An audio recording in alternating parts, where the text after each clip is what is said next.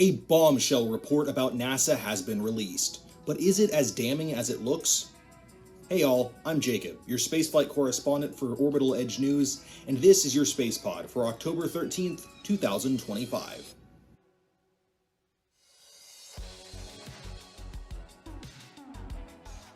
For fiscal year 2026, the Republican Party has been trying to pass budget cuts for a lot of agencies, including NASA.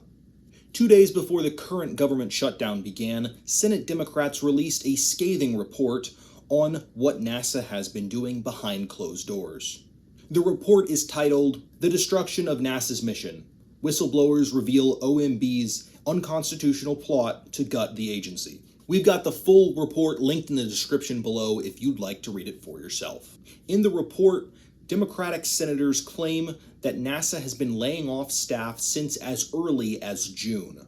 According to the unnamed whistleblowers, NASA has been doing this not of their own volition, but having been strong-armed into doing so by the Trump White House. The report calls into question whether this is safe or even constitutional. For their part, NASA has called all of the claims in the report false and said that astronaut safety is not at risk. Let's start with the constitutionality question.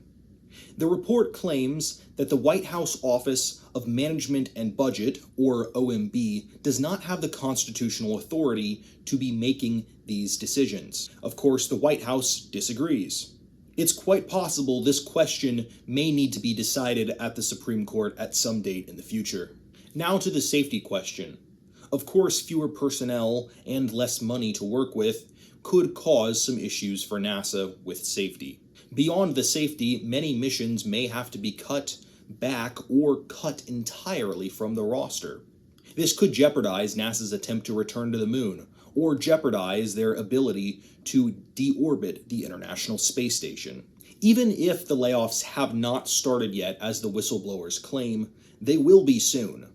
The current proposal for the 2026 budget gives NASA $6 billion less than the previous year, cutting their overall funding by roughly a quarter.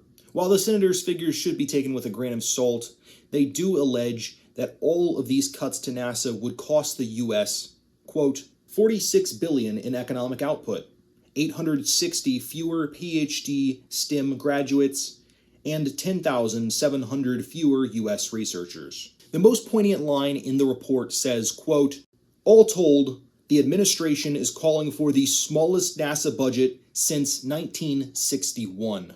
That's adjusted for inflation. But we're still several weeks out from finding out NASA's budgetary fate. All we can do right now is make predictions. We would like you to leave your predictions in the comments section below. Thank you for watching this Space Pod. If you like what we're doing, please consider subscribing to our channel.